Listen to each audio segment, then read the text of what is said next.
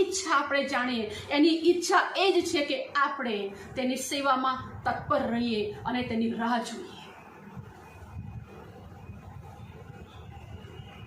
Hallelujah. પરમેશ્વરનું વચન અદ્ભુત છે મારા વાલા. જો આપણે દેવના વચનને પાલન કરીએ છીએ અંતિમ દિવસોમાં, તો જ આપણે ઊભા રહી શકીશું. એ તો આપણી માટે કંઈ જ નથી. પ્રભુ ઈસુ મસીહે આપણને તેનું વચન આપ્યું છે અને એ વચન જ આપણને બળ પૂરું પાડે છે.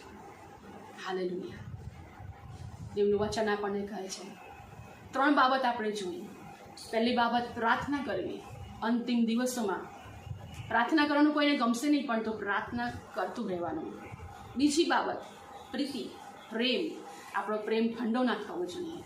પરમેશ્વર પ્રત્યે આપણો પ્રેમ હંમેશા, એ પ્રથમ પ્રેમ હંમેશા રહેવો જોઈએ. ત્રીજી બાબત એક સારો કારભારી, વિશ્વાસુ કારભારી તરીકે આપણે હંમેશા જાગતા રહીએ અને વિશ્વાસુ કારભારી તરીકે આપણે આપણા દેવની ઈચ્છાને આપણે પૂર્ણ કરીએ.